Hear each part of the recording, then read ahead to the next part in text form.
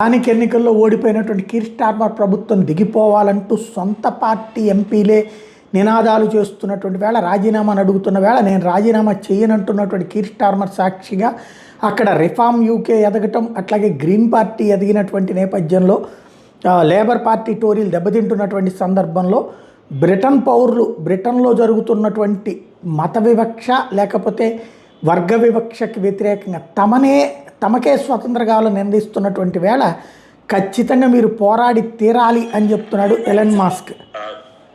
If the fight comes to you, you don't have a choice. You have to fight. So you have to rally all of the people of Britain to fight for the future. Let me ask, and if this doesn't happen, there won't be a future. Are you ready to fight for your future, Britain? మీకోసం మీరు పోరాడండి, మీరు పోరాడకపోతే Britain భవితవ్యం మాయమవుతుంది అన్నటువంటిది ఆయన ప్రధానమైనటువంటి పిలుపు.